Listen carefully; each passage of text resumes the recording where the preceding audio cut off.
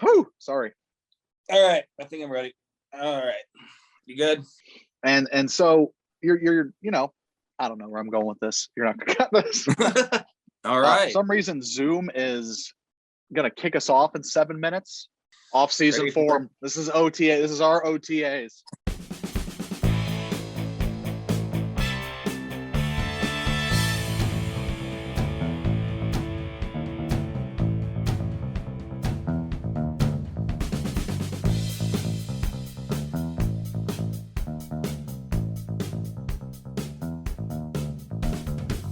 Yes, you are seeing this correctly.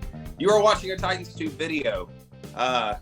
You are seeing a Titans 2 video for the first time. Jake, I think this is the first off-season video. So it is. So far. It is. And that's after the draft has taken place. So really just pumping out the content lately for the people. That's what they want, giving them what they want. Mm-hmm. All these videos we've been making. But man, Jake, how you been? Welcome back to the YouTube forum here. Yeah, man, it's been a while, Justin, since we have talked in this fashion. And, especially talked about the Titans. I feel like we've exchanged a couple texts here and there, but it's not really been Titans related. It's all been a healing process, Justin, because I know, as well as for yourself and myself, that Bengals game was an absolute gut punch, an absolute knife through anybody's Titans fandom, and a twist to just really dig it in there. So it was a devastating, soul-crushing loss, Justin, for us and for Titans fans far and wide. But that's kind of not what we're here to talk about, Justin. We're here to talk about a very new-look Titans squad coming into 2022. And possibly there were some changes, this past weekend that Titans fans weren't really expecting. Yeah, it's funny, talking about how crushing that loss was, and it's hard to pay attention, for as Titans fans, because you don't want to think about football. You just need a break from it all. So finally the draft is coming around, and man, okay, we're going to make another go at it. I think I'm over this thing.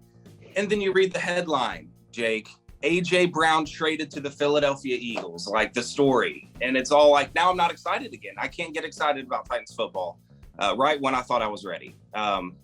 Yeah, that's what you were referring to, Jake. Maybe these changes here. Yeah, just a couple of brief changes. No, it's okay. But it's just another gut punch. I thought we were done with gut punches after that Bengals game, but no. JRob pulls the trigger. What was your reaction, man? So I was sitting there watching the draft, and I know we're kind of getting ahead of ourselves here. We haven't even talked about the free agent acquisitions that came before this AJ Brown trade, but I was sitting. We have a nice little setup with our antenna TV in the garage. Believe it or not, I could get the NFL draft on antenna in the year 2022. So that's something I'm kind of proud of there. But had the draft on. I was sitting with my girlfriend and one of our friends, just kind of watching, waiting. The Eagles are on the clock. It's pick 18. I'm not really doing anything. Titans pick 26, so it's going to be a minute. And boom, Titans are on the clock. That's the graphic I saw first. And, ESPN's draft coverage is not very good. But, that the Titans are on the clock. And I'm like, what's going to go down? Who are we going to take? Is this the Malik Willis pick? Is this going to be, one of these quarterbacks or a high-profile wide receiver? And then my phone blows up because on TV, I had not seen the headline yet. I just know that the Titans have traded up to the spot 18. I don't know for what, for who. And my phone absolutely blows up. AJ Brown is gone. And I was in shock, disbelief, Justin. It felt like, this seems way over dramatic, but it felt like I lost a loved one in the moment. I was just shocked. I had no other response other than disbelief. And I was pretty upset with John Robinson and the front office when it initially happened. And you saw the videos of Mike Vrabel, his body language was not positive in that war room that first night of that draft. Mike Hand Vrabel on his hips, kind of pacing. Did not want to make that move, it seemed. But, the facts kind of came out over the course of the weekend. A.J. Brown wanted top 5 wide receiver money. And as much as Titans fans and as much as I personally love watching A.J. Brown play, I don't think he's a top 5 receiver, Justin. So after that all kind of came out, his team said he wouldn't touch grass until he got $100 million and all that. I'm starting to feel a little bit better about cutting weight with AJ Brown, but man, it still stings because I'm sure, as we know, Justin, the Titans have long been without an elite wide receiver, and as soon as we find one, poof. I was just about to say, top 5 wide receiver, maybe. You said maybe not, but I don't know. I think he's close. He's borderline. But for a Titans fan, from a Titans perspective, he is the top wide receiver. He was on track, or some would probably argue that he had already surpassed Derek Mason, our franchise's all-time wide receiver, just in terms of production and being able to carry a passing offense and just the amazing superstar things he does on the field. This is a guy that the Titans have at a position for years. We've used lots of draft capital on these hopeful number 1 wide receivers, getting them in the first round picks. Your Justin Hunters, Kendall Wright, Corey Davis, DGB. We got in the second round. I mean, we're dying to find this guy, and his name was AJ Brown, and so that's why it hurts so much as well. Because I mean, it feels like you lost a relative because you get to know AJ Brown. And you have these particular players on your football team that just give you the warm fuzzies when you see them make a huge play. AJ Brown was one of those few players. He gave me the warm fuzzies, Jake. And now that's just why it's so hard to see him go, because he was such an impactful player for the team. But again, I agree, as you were saying, like over time now, with all these details coming out, maybe he was even demanding to be traded too. I mean, the Titans were trying to play ball. We had an offer for him. I don't know if the details of that have come out, but man, it's just such a steep price. And I mean, we're building a Super Bowl winning team. You gotta be able to share the love around and not break your bank on a single player. But yeah, it hurts still. It still kind of hurts to see him go. He was one of possibly the most exciting, with Chris Johnson, playmaker that the Titans have ever seen in a Titans uniform. Yeah, and in my years, I've always kind of talked about how I picked up watching Titans football religiously in the 2008 season. There's not been a single wide receiver since 2008, and you can even go before. I mean, maybe Drew Bennett, or you said Derek Mason is like the franchise leader in all these categories. I have never seen a wide receiver in the Titans uniform jump off of my TV screen, jump off of, everything that's going on in the football game like AJ Brown. And that's why it stings. That's why it just stings a lot. But again, Justin, we're not talking about the 2021 Tennessee Titans. We sure have spent a lot of time doing that so far.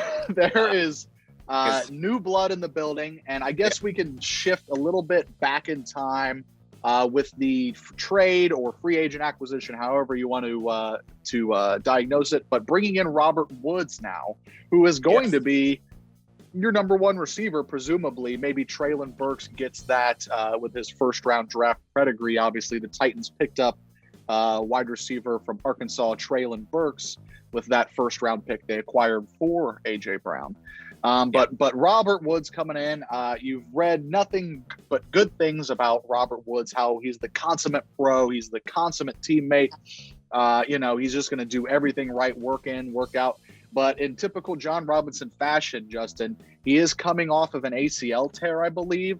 They're his favorite players. It's just the Titans' favorite guys are just coming off of injuries, especially ACL tears. So we'll see how quickly Rob Woods can integrate with this offense.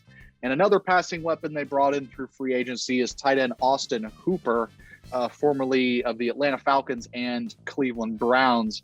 So we'll see if Austin Hooper can come in and make an impact. I feel like he was kind of touted to be that tight end number 1 for Cleveland and Atlanta, but it never really panned out for him in both of those stops.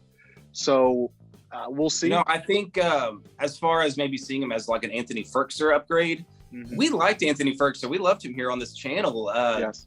But he just he did not live up to his expectations to step into that tight end 1 role to take over for Jonnu Smith. And he lacked in the production department. So disappointing season from Ferkser. So I see this Austin Hooper signing as an upgrade. So I think we got stronger as far as pass catching tight ends goes by getting Hooper. And I know we addressed that position again, which we'll get to, a little down the road. Draft, Absolutely. But yeah, I do like it. And Robert Woods, fantastic move from JRob. We traded a 6th-round pick to get him. Yeah. Yes, Steal. we'll see if he can bounce back from his ACL tear. Hopefully he can. But I really love that move. And he has one of my favorite nicknames in the NFL, Bobby Trees. Yes. I can't wait to go for Bobby Trees. I need to get that jersey. Love that. So yeah, I'm excited. We thought it was going to be the AJ Brown, Robert Woods dynamic, and dude, that would have been sweet. We were looking good with that duo there. But yeah, Treylon Burks, man. So he's the pick, and a lot of people have his NFL comp as AJ Brown. So he's literally Isn't that just a coincidence, a cruel coincidence. I mean, hey, all you got to do is go on YouTube and watch some highlights to get excited about a player in the draft, because it's all their best stuff. And dude, he looks good. He looks like he can be the real deal. So there's a lot of pressure. A lot of people are talking about this guy is about to face a lot of pressure coming into a very unique, unusual situation where you go to a team whose superstar wide receiver was traded and then ordered to get you because the superstar wide receiver wanted to trade. So people are expecting you to come in and make an immediate impact. And I mean, I don't know if we can expect him to fill those big shoes right off the bat, but I think this is a very promising draft pick. I mean, he looks like AJ Brown running around stiff arms and contested catches and all that. If you put him in an 11 jersey, you might not have even noticed. Yeah, exactly. So, and I think he's a little taller, isn't he? Like 6'3", like he's a big dude. Yeah, absolutely. Maybe I'm thinking about another player, but I think he's taller than AJ Brown is. But yeah, dude, I'm excited. I think him and Tannehill can form some chemistry pretty soon right off the bat, because we're going to need it if we don't address the receiver position, for the rest of the way forward. Yeah, absolutely. And you think that the Titans might bring in an extra veteran wide receiver? I don't know if they're going to go after OBJ. Obviously not. They probably don't have the thick wallet in order to go after OBJ, but I feel like they're going to bring in a veteran wide receiver to kind of solidify this group.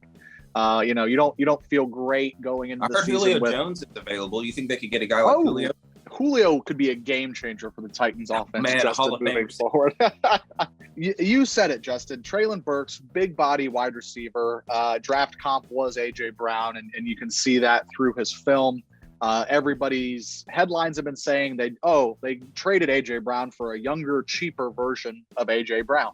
So, I mean, you get excited about that. And then obviously there's the caveat that this dude is an absolute stud. He's got that dog in him, as people say, because he hunts wild boars with just a knife and his dogs, Justin. And I remember reading that for the first time maybe 2 months ago, leading up to the NFL draft. And I sent a text to my dad, resident Titans fan over here in Ohio. Said that, and I said, I want a guy like this on our football team, which classic. You want a guy who's just got that absolute dog in him to go do that kind of thing. Oh my God. I mean, they say the Super Bowl wasn't won with 53 choir boys, but yeah. Yeah, we kind of have that with Ben Jones. He does crazy stuff. Doesn't he like wrestle wild boar in a field or cows? I don't know. Yeah. So yeah, Titans fans obviously very excited for Treylon Burks to come in and try and gel with this offense. Flipping to day 2 of the NFL draft, Justin, the Titans kicked it off with a pick that a lot of people didn't understand. I somewhat understand it in a way, but they selected at 35th overall Roger McCreary, who was a defensive back out of Auburn, plays corner mostly. He's physical and aggressive. He's a little bit undersized, but much like Treylon Burks, has that dog in him though. So you're starting to see a theme of the Titans drafting players who have this, this team first toughness, absolutely gritty mentality. So you might see this as a Caleb Farley insurance plan, Justin. This pick to me screams that the Titans don't have a whole hell of a lot of confidence in Caleb Farley, especially, he had injury concerns coming into the last season. And then obviously first game he's out there, tears his ACL. And so what do you expect from Caleb Farley moving forward? Do you like this pick as an insurance plan? Because this was a definite head scratcher in the moment. especially on the heels of the A.J. Brown fire that was started amongst the fan base. They turn around and pick a cornerback in a position where you feel like they might not need it, but I don't know. What do you expect moving forward at that position, Justin? Yeah, so that position group in general. So we did have Janoris Jenkins who left the team. So we kind of were looking for somebody to kind of come in and be a replacement. But yeah, I was surprised at using a pick this early in the draft on a cornerback. But yeah, it could be a Caleb Farley replacement thing. But he came in. Or how many games did he play? He played 1, 2 or 3. It was just one. One. He tore his ACL. Made his debut in that Buffalo Monday night game. All right, yeah, and he was already coming off an ACL tear coming into the draft. So he had back surgeries. Oh, he had back surgery. Didn't he tear his ACL at some point in college? Maybe. I don't know. This man is dinged up to hell, man. So hopefully we're done with that. I mean, we saw what happened with Jeffrey Simmons coming back from an ACL tear. So I mean, these things can happen. We'll see how he comes in year 2. So I'm pretty much expecting him to be a Jeffrey Simmons type player at this point. He's got his ACL tear out of the way. McCurry could be coming in as kind of insurance, but I mean, man, look at this young cornerback group, and I like them too. Christian Fulton, oh my God, what a breakout-ish kind of season you could say for him last year. I mean, he was taken in the 2nd round. We've used a lot of draft capital on this position, so hopefully this can be a young core that sticks around for a while. You almost forget about Elijah Molden, who kind of had a better second half of the season, and so Farley can stay healthy, and McCreary, I watched his YouTube highlights, so I'm convinced myself he's a Hall of Famer. So this young foursome of cornerbacks right here, this could be our guys for the future. Until one of them, has a awesome season and demands a ridiculous amount of money, and we can't resign him, as goes naturally. But while we have these guys on rookie contracts, I think this could be a very, very strong unit. So long term, we'll know if this was the correct move whenever we had other positions of need to go and address. But all right, more power to the defense. I'm excited about this defense in general, Jake. I'm expecting similar things that we saw last year, especially being able to keep that front 7 together, or front 4 and 5 with Landry and the boys. Absolutely. And yeah, we kind of missed the whole re-signing of Harold Landry, John Robinson's focus on keeping that defense together.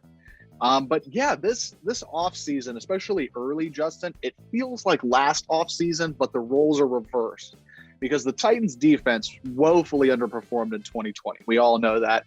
And then John Robinson and Mike Vrabel blew up that side of the football. And the Titans completely revamped defense in 2021, exceeded expectations, and they should be even better next year because they've kept the whole band together.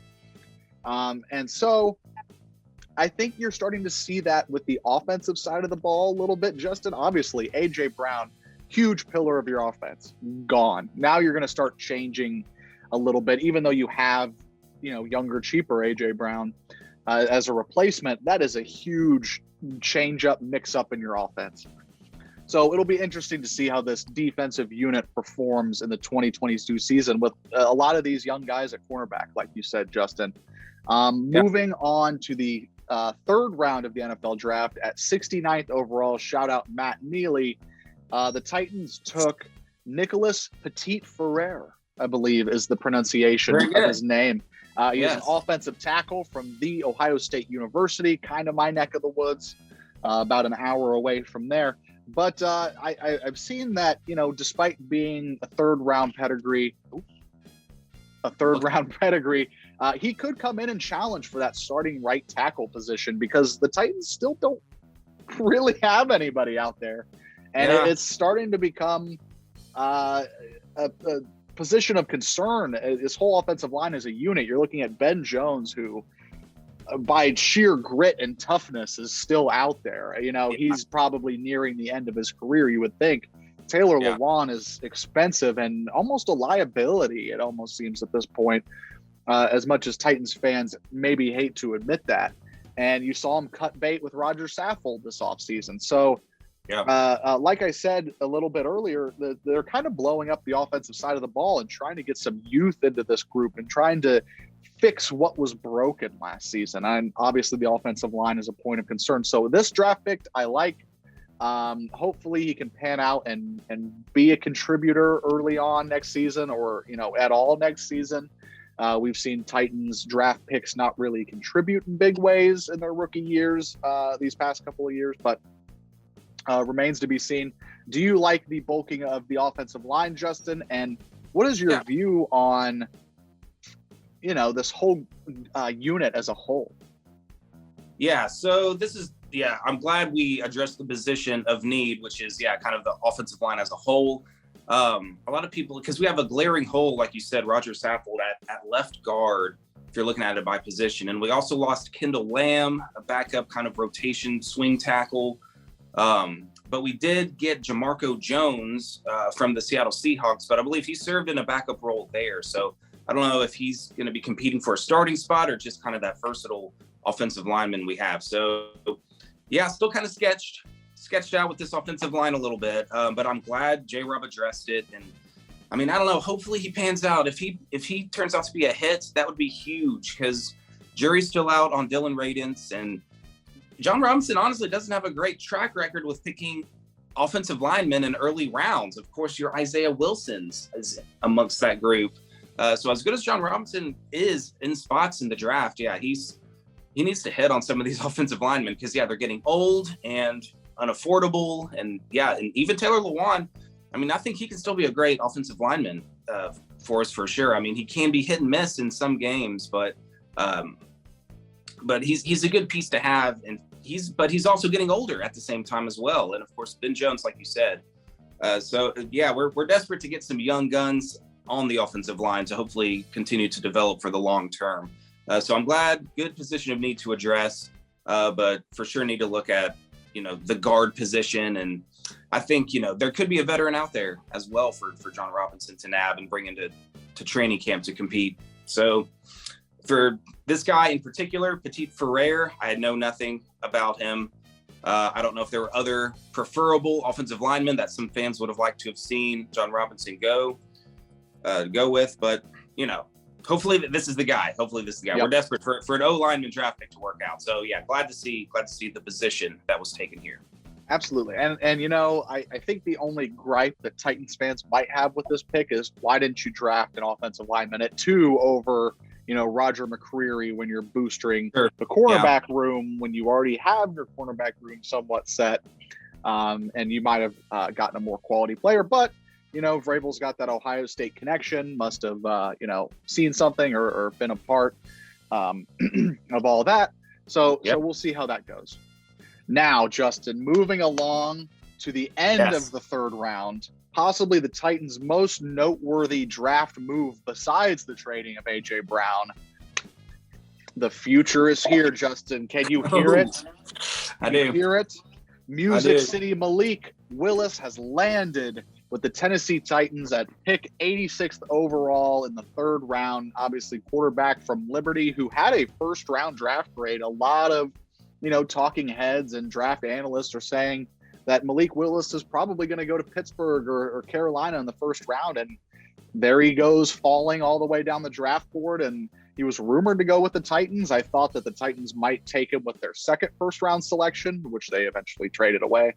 But definitely an interesting name. And obviously, anytime you draft a quarterback with a high pedigree coming out of college, there's going to be some question marks, some clamoring, some hope just injected into this franchise, Justin. I don't know if you feel the same about this pick, but Malik Willis was my number one desired quarterback. If the Titans were going to go quarterback in this draft, I wanted Malik Willis over Kenny Pickett, over Desmond Ridder. I don't know why. He's just got that kind of escapability, outside the pocket playmaking skills that you're seeing out of a Josh Allen or a Patrick Mahomes. And I know I'm getting way ahead of myself, but he's got that kind of player makeup. Yeah. And, if you want to move on from Ryan Tannehill, I don't think throwing a rookie in there to the fire next season, I know it's supposed to be a great quarterback class, but I don't know if that's really the way to do it, because you're seeing a lot of these young guys really struggle or get injured in their first year. Case in point, like Burrow, I know he bounced back, took him to the Super Bowl, but it's the risk you run throwing these young guys out there to the wolves like that. And having Malik Willis on this team, he's going to get a year to sit behind Ryan Tannehill, unless he's pressed into service. God forbid, knock on wood, but unless he's pressed into service, he's going to get a year to sit, develop, learn the game a little bit.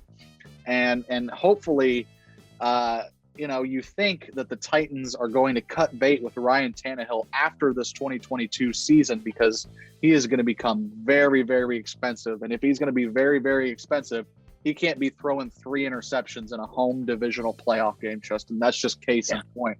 Either way, I don't think we're set up to sign another big time contract with Ryan Tannehill unless he takes us to a Super Bowl and wins Super Bowl MVP.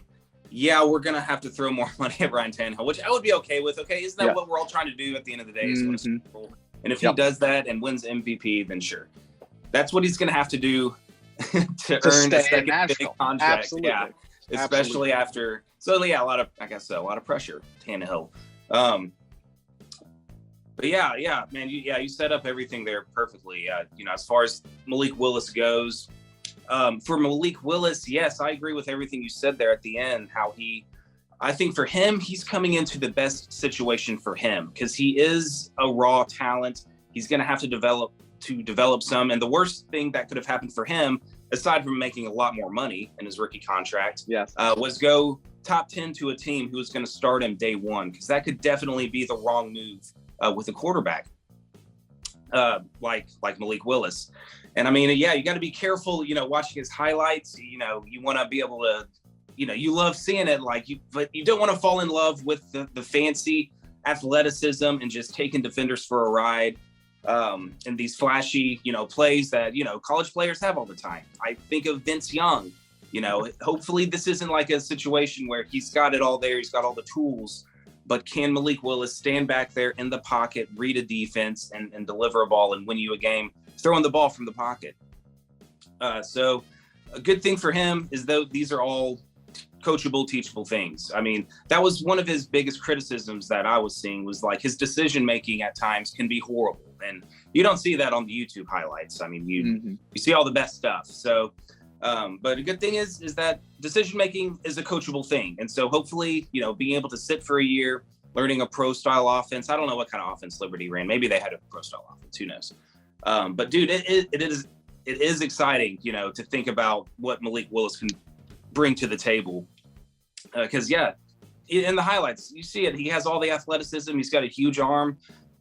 He can make throws in the pocket too. I mean, I saw it there in the video. So I like it, and it's clearly a great value pick if he can pan out and be, one of the best quarterbacks in this draft class, who all kind of fell. Because that was kind of the story of the draft, maybe outside the A.J. Brown trade and I guess certain picks here and there. But one of the big stories was Malik Willis falling out of the first round and then out of the second round and then finally falling to us. So, John Robinson obviously likes the upside he sees, because we did trade up to get him. So we were trying to maybe we thought that another team ahead of us was also going to go that route. So, yeah, I like it. I think it's a good situation, like I said, for Malik Willis.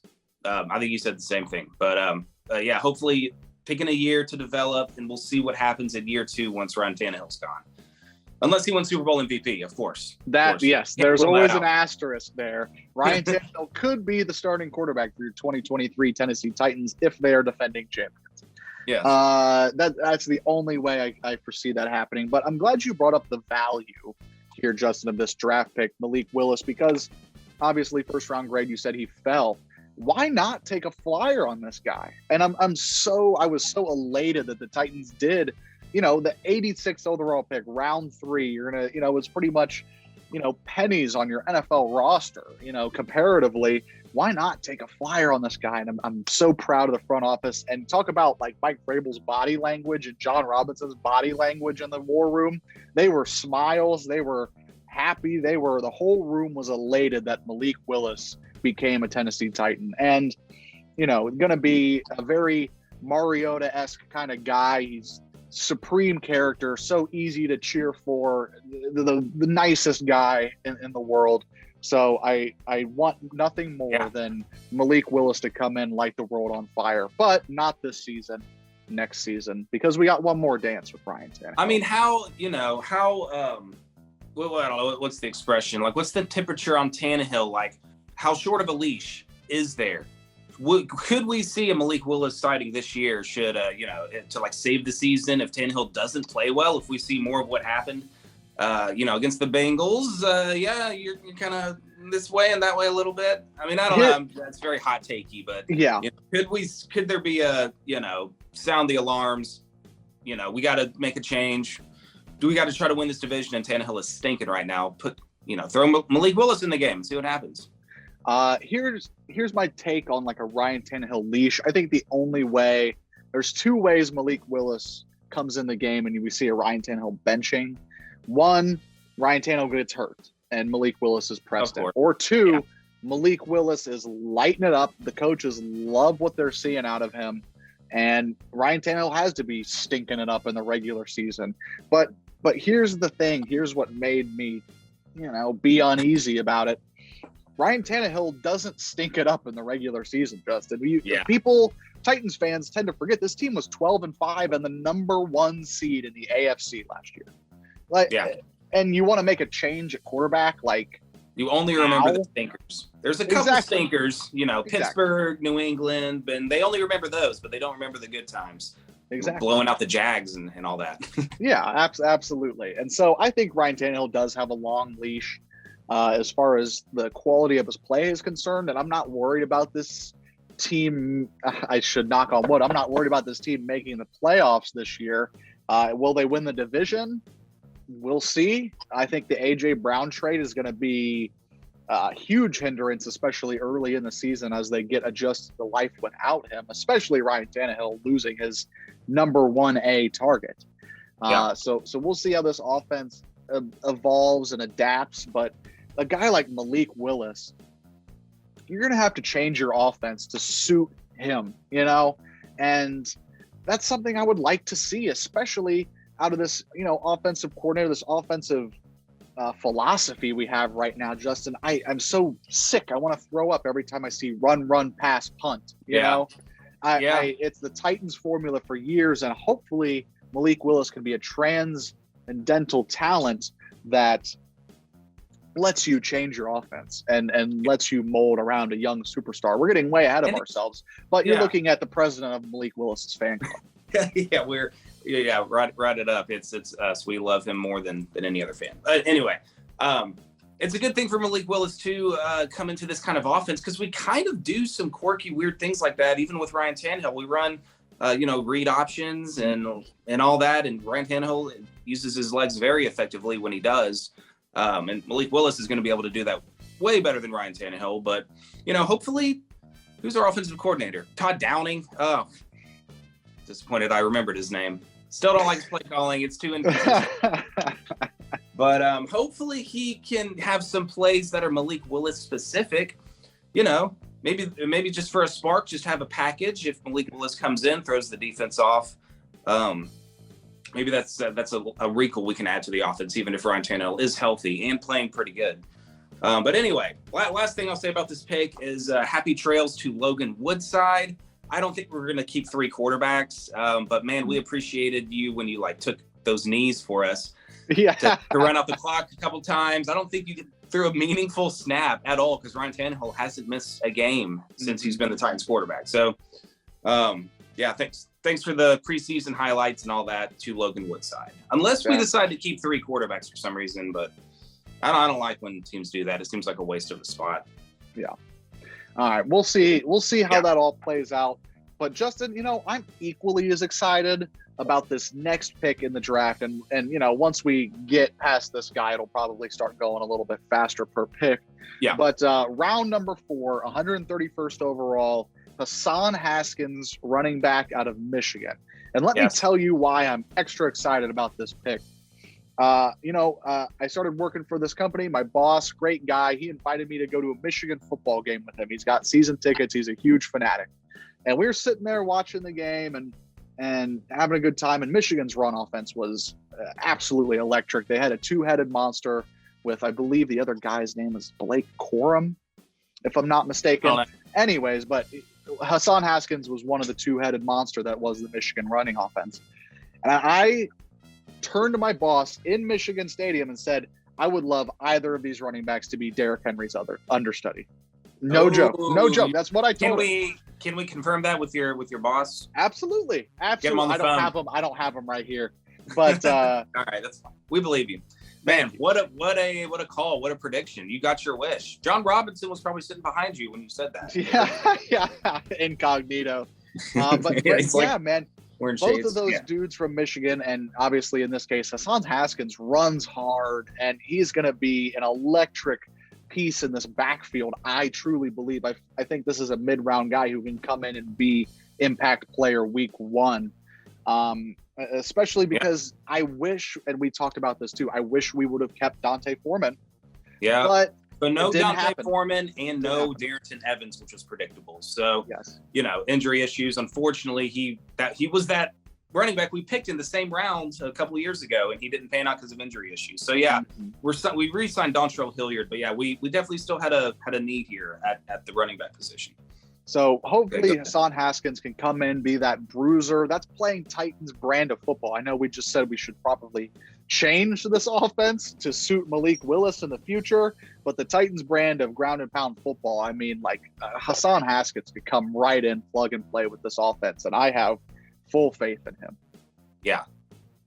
He's kind of like, he reminds me of just like a one cut and go kind of a runner, which is that's kind of what Derrick Henry is. So yeah. Plug and play. Yeah, if he can come in and provide like Deontay Foreman did, and hopefully this isn't a sign of things to come for Derrick Henry. Hopefully his body doesn't start breaking down yet. He hasn't hit 30 years old yet. That's when it's supposed to happen. Anyway. No, I have no thoughts on that. I'm not going to say anything. Jake, you're so good at predicting Derrick Henry will be. I don't want to even have that conversation quite yet. I want to see how Derrick Henry bounces back from this injury. The Bengals game, I feel like, wasn't a true indicator of what we're going to see out of Derrick Henry. I felt like he was still a little bit limited, but obviously needed him to come back for that game. No doubt about it. Moving on to the next pick, Justin, round 4, 143rd overall. Couldn't pronounce his first name, so I'm going with his nickname, which he has on Twitter, Chig Okonkwo, tight end out of Maryland. This dude is Jonnu 2.0, as Traylon Burks is AJ Brown 2.0. Excuse me. This guy is Jonnu Smith 2.0. If you ever saw one, I think I heard that he had among the fastest, if not the fastest 40 time among tight ends in this class. Dude is, built. He's Jonnu Smith 2.0. That's the only way I can really put it in a Titans context. So I would love to see this guy come in and integrate. We need tight end help. We need tight end help. And Jonnu Smith was that mid-round guy out of a smaller school. I know Maryland's a Power 5, but a smaller football school that could really help this offense along, especially if he can flourish in this offense. Yeah, so we talked about bringing in Austin Hooper to kind of replace Anthony Ferks here, but I had forgotten to mention Michael Pruitt. He was not re-signed either. And we're also a big Michael Pruitt fans here on this channel. I know, this is another fan club. They got rid of the two tight ends we liked and kept the one. He's okay. Well, but I like Pruitt Jeff actually Swain. played well. Yeah, but Pruitt, he's a good backup tight end. He's always there. He makes the catches when he gets thrown to, and he's a great run blocker. I think now with this draft pick, this is definitely our tight end room. You got Chig Okonkwo, Austin Hooper, and we re-signed Jeff Swain as well. So I think those three guys were going to be our top guys at the tight end position. And an athlete, another receiving threat at the tight end position. Yeah, I like this pick, and his highlights naturally look good. And he's also going to go to the Hall of Fame, Jake. I like it. JRob, if he hits again. Yeah. if he hits it again, dude, these mid-round picks with just like Jonnu Smith was, and Amani Hooker is another name that comes to mind, who he's Jayon Brown, unfortunately. David Long. David Long. Oh, Ward. Like, yeah, he could be another one of those guys. Knock on wood again. We're doing a lot of, speculation. Yes. Yeah. Speculation. It's just, you get excited, Jake. You get excited whenever you used to look at these draft picks, and it's you get excited about the football season again. Absolutely. You start making crazy predictions. All right. I like the pick though, man. I got nothing else to say. I think he could be a very potentially great player for us. Another weapon for Tanny. Love it. And add another weapon to that pile for Tanny, Justin, because we have another Hall of Famer coming by way of the Tennessee Titans. The round 5, 163rd overall, Kyle Phillips, wide receiver out of UCLA. He's like that, quick Belichickian white guy in the slot wide receiver that the Titans have been wanting to find. Yes. Like that spark plug in the slot that I feel like, you think like Belichick always hits on these late round guys, these wide receivers, and they come big hits. Danny Amendola or Julian Edelman. Thank you. Wes Welker. Yeah, Welker, and the list goes. He wasn't drafted, but I think he might have been a late round pick too. But yeah. So we're saying Kyle Phillips is going to be Wes Welker 2.0. Absolutely. And even Steve Smith is on NFL Network saying this guy, this is a good pick. This is a sleeper for a guy who can flourish out of these late rounds of the draft. And he does look good. Did you watch any of his highlights? I mean, yes. he's got it all. I know. I think he had a slow 40 time or something, but he had a really good 3-cone drill. I don't know, these agility drills. He was crushing it. So he had some actually very impressive highlights. Again, it's hard to judge a player just by the highlights because you don't get to see the 10 dropped passes a game that he might have had, but I would not have known because I'm watching the highlights. Exactly. But he was doing, he's got all the moves you want in a slot receiver. In the hands, and he's 5'11", so he's not 5'8" Julian Edelman, and he was running away from guys. I know it's college, but he was taking the top off of defenses as well. Mm-hmm. So I'm pretty excited. I didn't see the Steve Smith clip, but I think we got great value here for sure. Man, sorry, I keep just cutting you off. No, it's OTAs for us too here, guys. I just think of something to say and I just jump right in. That's fine. Got time. I had nothing else to say about Kyle Phillips when you threw it back to me, so I'm kind of glad you were all right, let me cover all the bases here. Okay. And we'll go ahead and finish up the draft here, Justin. I have 2 round 6 selections to round up the Titans. Theo Jackson, another defensive back out of Tennessee, University of Tennessee Vols. And Chance Campbell, linebacker, Ole Miss, who led the team in tackles, Justin. That's pretty impressive to do in an SEC defense. I mean, raise an eyebrow here. Sure. I know nothing about Theo Jackson. I know only that Chance Campbell led the team in tackles. I've heard of him. I mean, as much as I watch college football, I claim the Vols, I guess, is the team I prefer.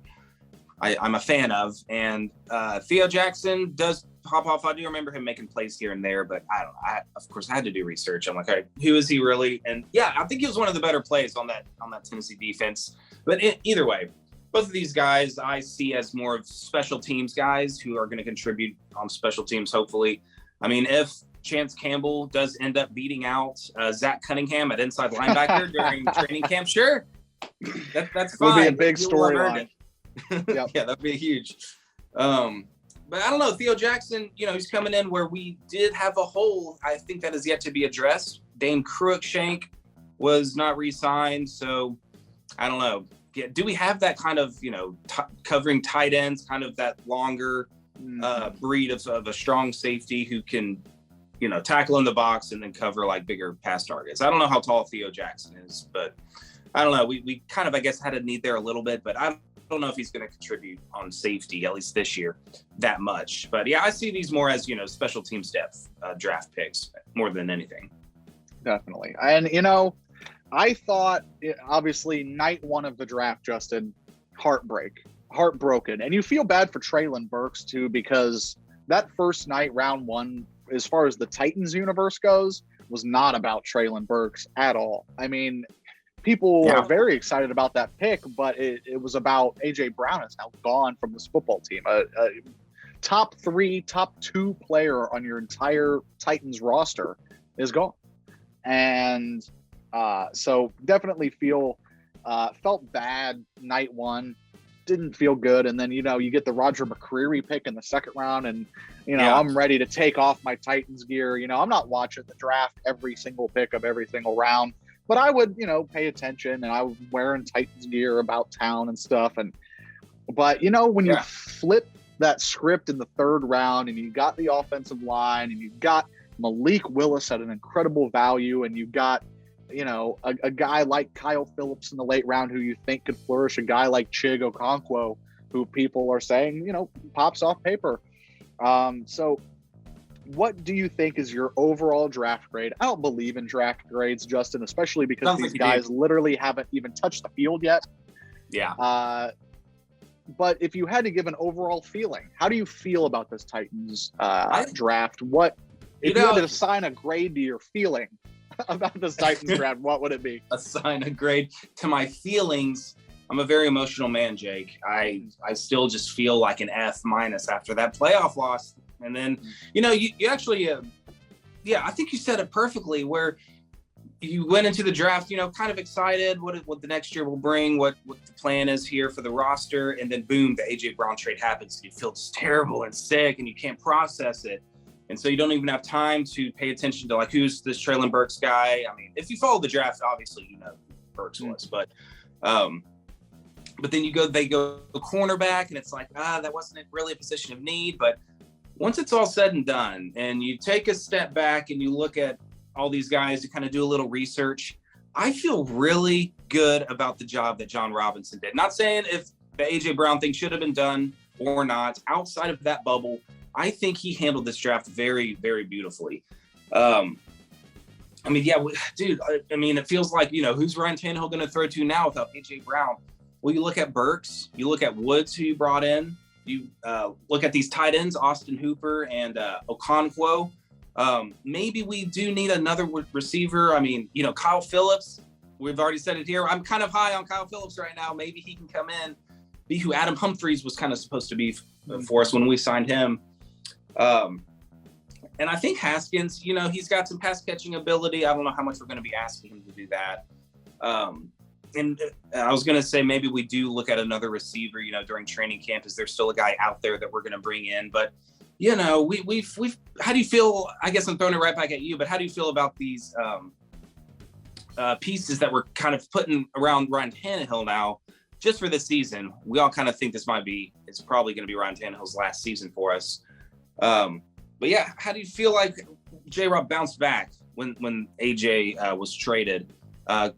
But to answer your question, I know I'm all mixed up over here. I feel very good about this draft. I think JRob did a beautiful job. I would give him like an A-, just because the McCreary thing. Mm-hmm. I think that's a valuable pick, 35, and to go cornerback room. But hey, if we have a clutch lockdown secondary, I'm for it. But absolutely. But to throw it back to you now, how do you feel how JRob did address the weapons around Tannehill? We'll have to see what Robert Woods is like coming off the ACL, and we're going to have to see how these rookies are going to develop around him. I like the timing of when we filmed this video, Justin. I don't know if you watched Ryan Tannehill's presser earlier today. It is the first time he has talked to the media since the Cincinnati Bengals loss, where obviously he threw 3 interceptions in that game. Did we get better around Ryan Tannehill? I would say we're the same, maybe. I don't even know. How can you grade how Julio Jones was around Ryan Tannehill? You look at the stats in the season, and it was a failure. Mm-hmm. But you have A.J. Brown, Julio Jones, and you have, I guess Ferkser is not a premier target. But you have the guys around Tannehill that you think are good. We had the 4 horsemen: Ryan Tannehill, A.J. Brown, Julio Jones, Derrick Henry.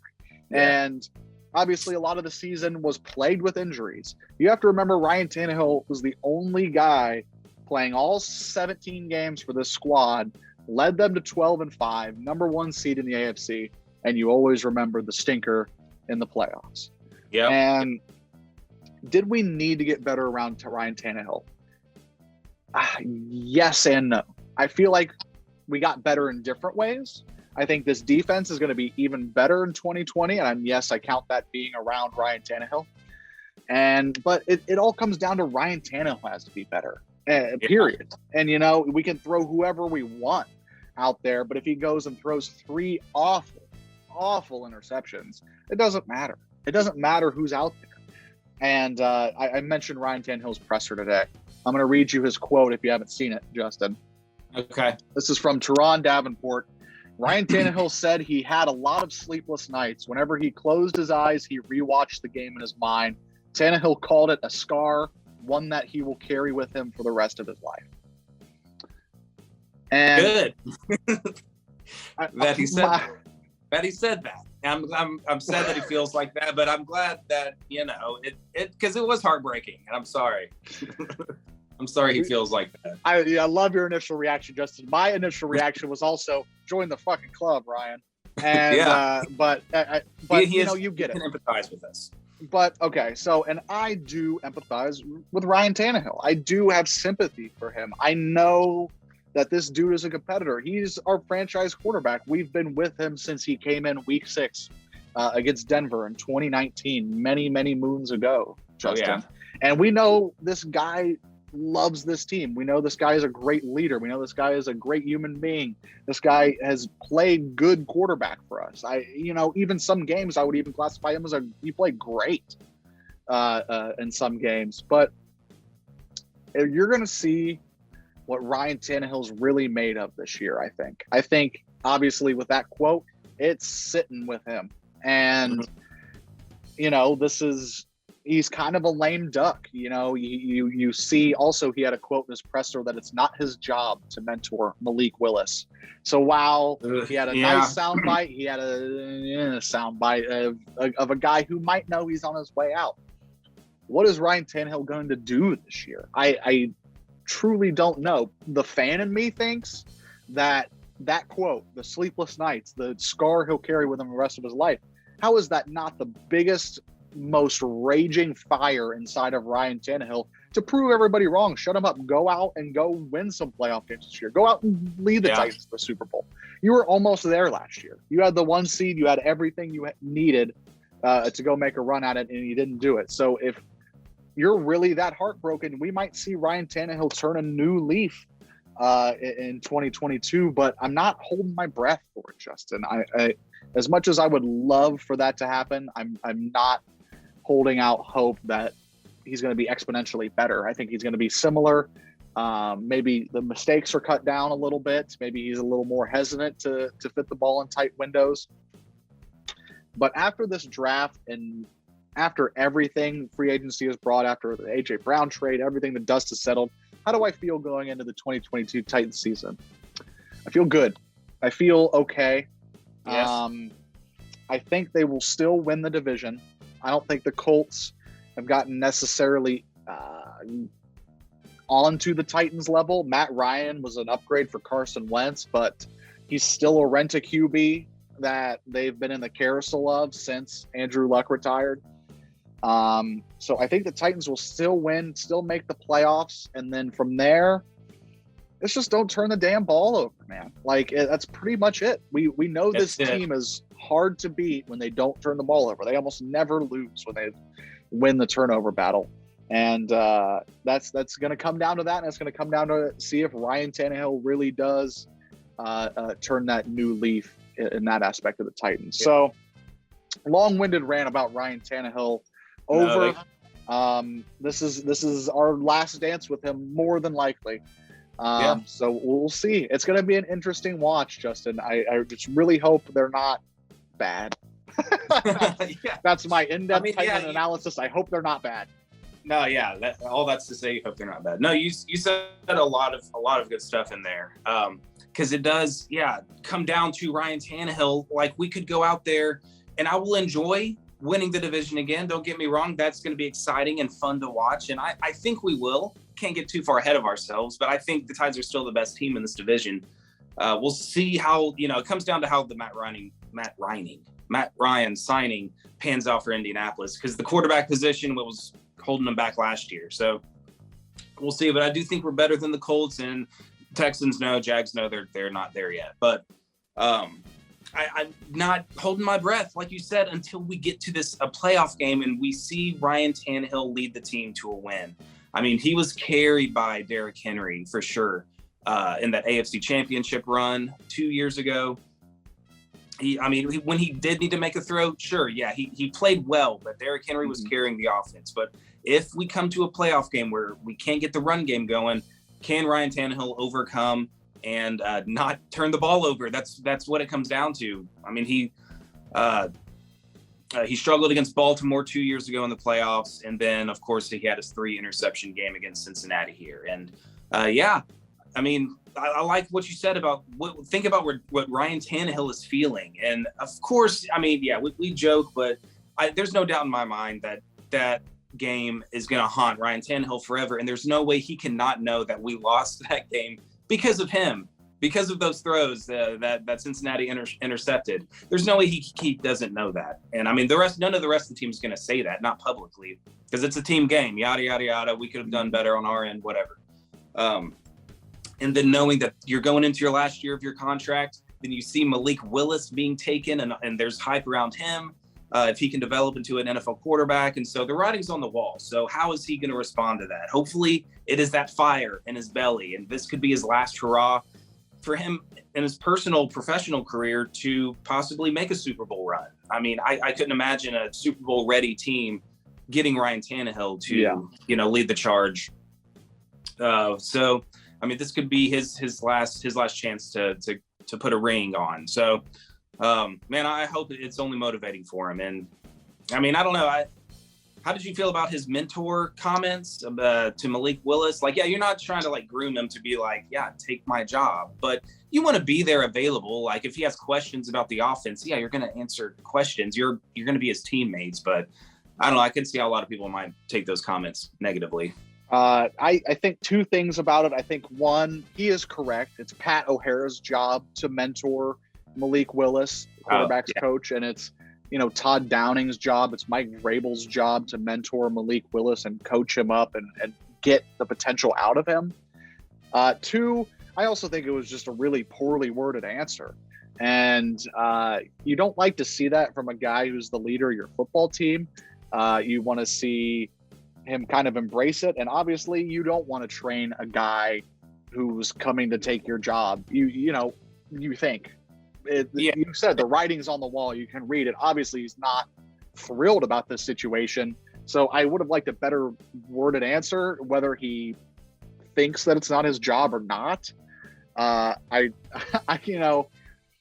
guy who's under the gun like Tannehill right now and who's subject to fan scrutiny and, the spotlight's on him and, he crapped the bed and all this and that. I would have liked to see a little bit of a more, I hate saying like political answer, but come on, dude, you got to kind of see where you're at and see what you're saying. Yeah. I mean, but everyone's going to overreact anyway. But exactly. People were making a big deal out of him not like reaching it, like Malik Willis said he hadn't heard from Ryan Tannehill yet. It's I guess soon after he was drafted, and everyone was like, he's pissed, drama, locker room drama. So hopefully there's nothing actually that's going to come from that. I don't want this weird juju between Tannehill and Willis. Hopefully, they play for the same team. Just be good teammates to each other. That's it.